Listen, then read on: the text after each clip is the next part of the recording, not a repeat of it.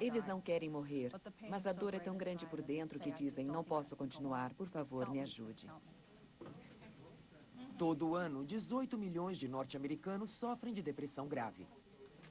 E mais de 2 milhões e 300 mil são afetados pelo distúrbio bipolar.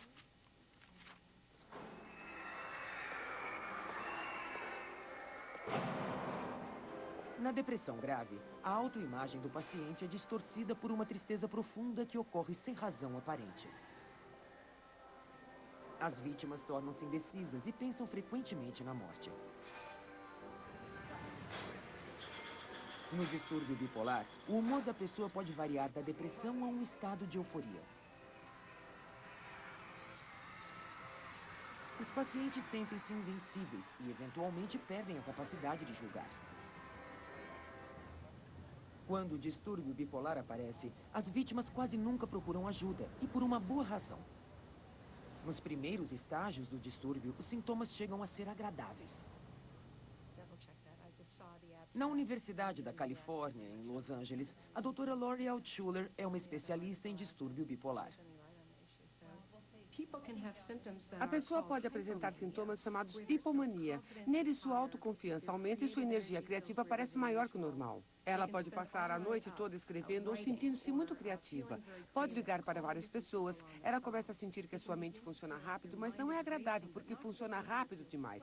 As coisas passam rápido demais.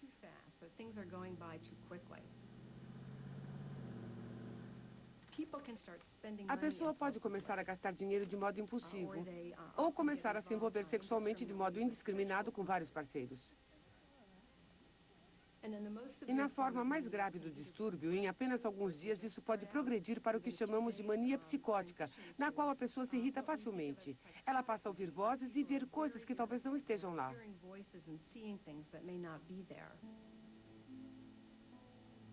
Pessoas muito criativas apresentam risco de distúrbio bipolar.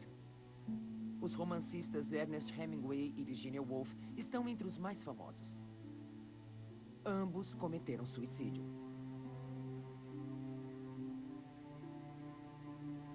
Vincent van Gogh se suicidou em 1890 e é quase certo que sofresse de distúrbio bipolar. Em certas épocas, ele pintava dezenas de telas num período bem curto. Acredita-se que era por causa do distúrbio.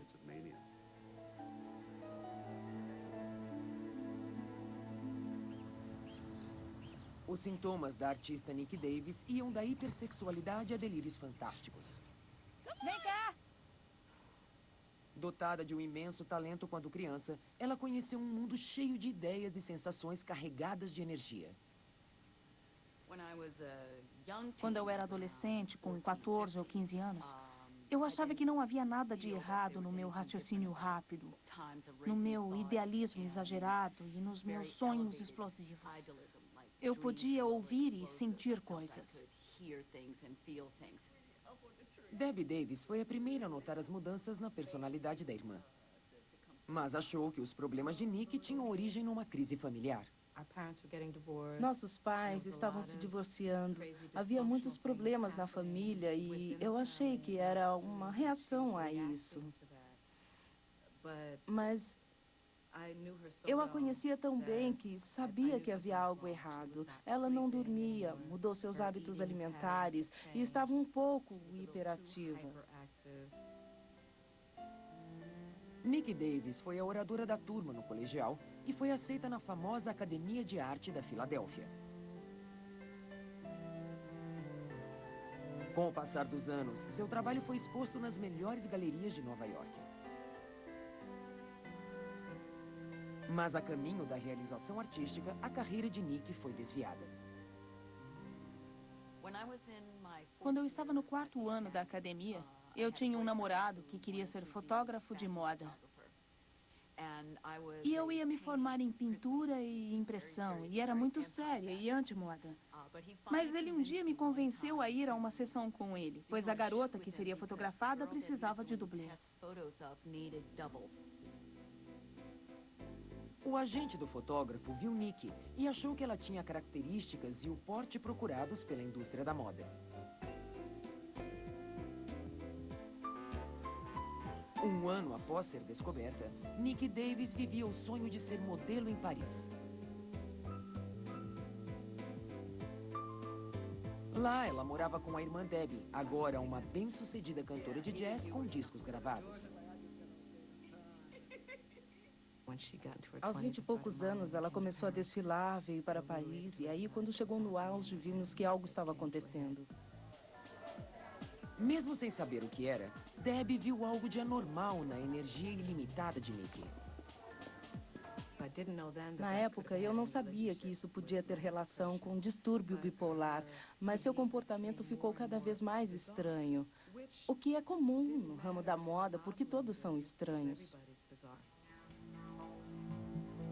Embora a vitalidade doentia de Nikki ajudasse nas fotos, ela começou a destruir a sua vida. No começo, os meus relacionamentos eram cheios de energia, romance e altamente sexuais. Meus parceiros adoravam. Ela sempre chegava tarde em casa, não dormia, era compulsiva, as pessoas ligavam o tempo todo. Muitas vezes, eu começava um relacionamento atrás do outro. Eu cheguei a dizer a vários namorados: não consigo resistir, eu vou ficar com tal pessoa. Eu tenho que terminar com você hoje, pois estarei com ele em 1 hora. Ela era a pessoa mais alegre, incrível, exuberante, iluminada que se podia conhecer. Conseguia muitos trabalhos, mas não parava nunca. E quando estava morando comigo, vi que ela não conseguia ficar parada às 3 ou 4 da manhã. Percebi que havia algo errado.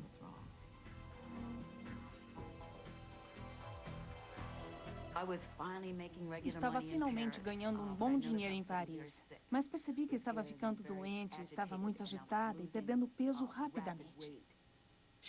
Ela falava com espíritos, poetas, artistas, ancestrais, com nosso irmão morto. Delirava muito. Com a vida lhe escapando, Nikki decidiu voltar para casa em Washington. Mas já estava fraca demais para se mexer. No dia de ir, eu estava tão deprimida e tão doente que nem consegui fazer as malas. E, de repente, senti espíritos no quarto, pessoas conhecidas e desconhecidas, e nós arrumávamos as malas. Senti que saí do meu corpo, como acontece com as pessoas à beira da morte. Para pegar o voo de Londres para Nova York, Nikki cruzou o canal até a Inglaterra. Mas os delírios já eram intensos. Eu dançava no convés da balsa como se estivesse num palco. Eu ouvia uma música e recebia também mensagens do outro lado do oceano, que diziam que eu tinha uma ligação telepática com Michael Jackson e que salvaria o mundo.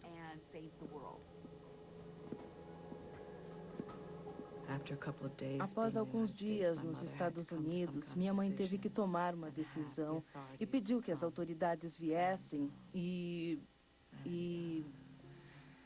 levassem ela para uma instituição mental. Eu não conseguia afastar aquelas coisas da minha mente.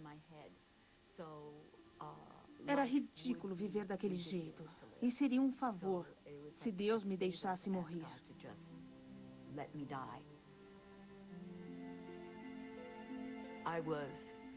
Eu fui parar numa cela acolchoada e minha mãe queria que alguém ajudasse sua filha naquela hora. Acabei internada num hospital estadual.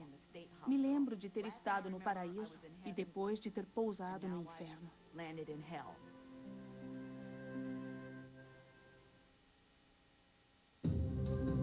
Estamos apresentando... Era à beira do suicídio. Dominada por um distúrbio bipolar não diagnosticado, a atriz de cinema Mary Pat Gleason acreditava que podia salvar uma vida se tirasse a sua. Minha sobrinha sofreu um acidente e entrou em coma. Ela caiu dos patins, abriu a parte de trás do crânio e entrava e saía do coma. Eu estava obcecada por isso. Isso é o que chamamos de distúrbio misto. A energia e a impulsividade estão lá, a falta de sono também, mas o humor é bem diferente. É uma visão muito mais sombria e melancólica. O psiquiatra de Mary Pat é o Dr. Mark Fry, do Centro Médico da Universidade da Califórnia. Na época, ela tinha uma sobrinha que estava muito doente. Ela tinha ideias mágicas em relação à sobrinha que estava hospitalizada no meio oeste. E no pensamento dela, nos seus delírios, surgiu a ideia que ela, de alguma forma, tinha que morrer para que a sua sobrinha sobrevivesse. Não era porque ninguém me amava, ou porque todos me odiavam, ou porque eu não podia continuar vivendo. Era uma tentativa de salvar a vida dela. Sistemas químicos no cérebro reprimem comportamentos impulsivos como o suicídio.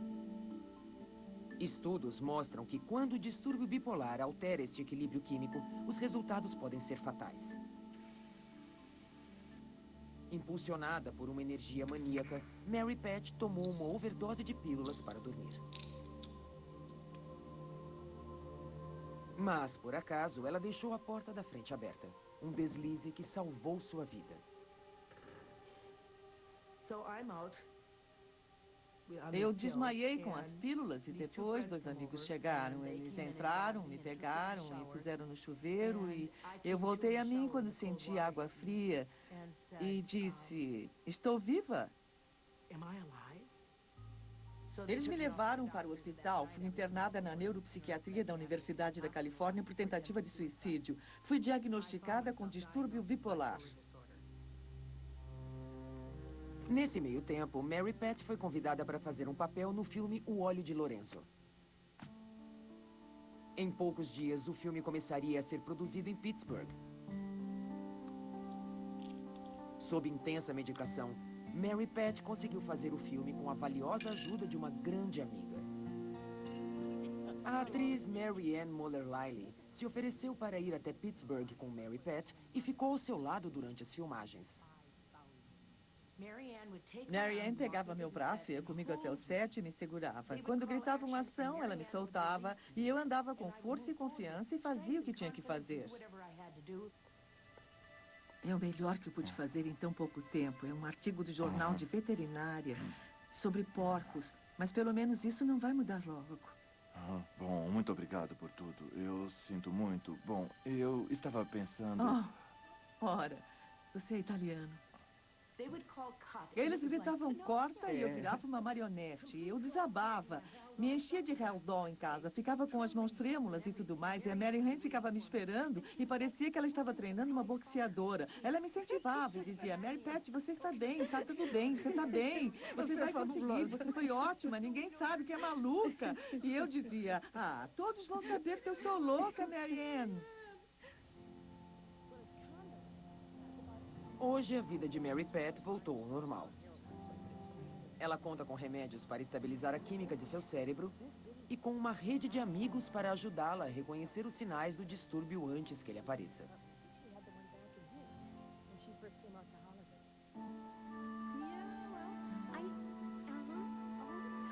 Embora os sintomas do distúrbio bipolar sejam claros, os pesquisadores querem saber como a doença age no cérebro.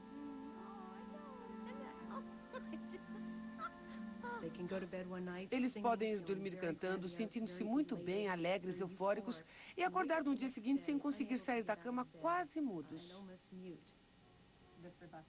Para explorar a mecânica do distúrbio bipolar, Lori Altschuler e sua colega Sue Buchheimer fazem imagens do cérebro de pacientes com o distúrbio na Universidade da Califórnia.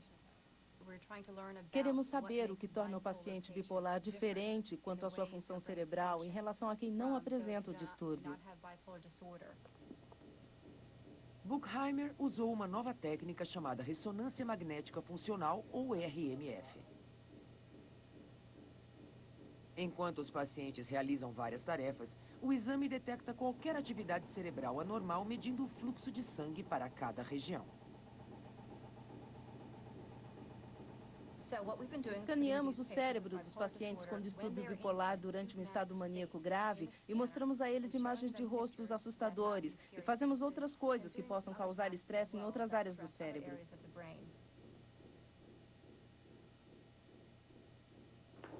Bom, só vai demorar 2 minutos. Tá. Conectados por uma rede, Pacientes voluntários veem imagens de rostos humanos que provocam emoções. O que você está vendo agora é um rosto com 2 palavras abaixo dele. Você precisa usar a caixa de resposta, com o botão esquerdo ou direito, para determinar qual palavra se adapta melhor à emoção no rosto acima, certo? Certo.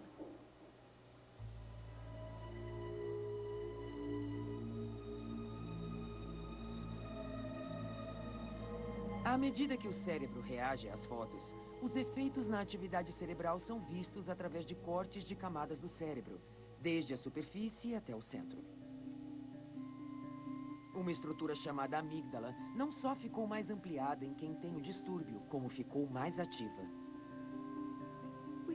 Descobrimos uma região no cérebro que parece diferente na sua estrutura e agora queremos saber qual é, na verdade, o funcionamento desta região quando a pessoa é maníaca ou depressiva. Se tivermos um novo tratamento que seja eficaz no tratamento do distúrbio bipolar, poderemos ministrá-lo e observar se essa área do cérebro começa a reagir normalmente. Num futuro próximo, estudos sobre a amígdala podem produzir uma nova geração de supermedicamentos. Enquanto isso, o tratamento mais eficaz para o distúrbio bipolar não é um remédio, é algo chamado lítio.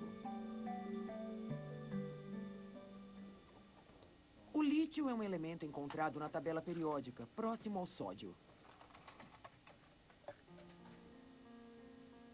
Em 1950, seus efeitos foram descobertos por um psiquiatra australiano chamado John Cade.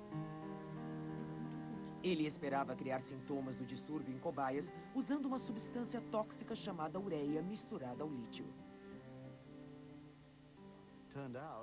Todos aqueles que receberam ureia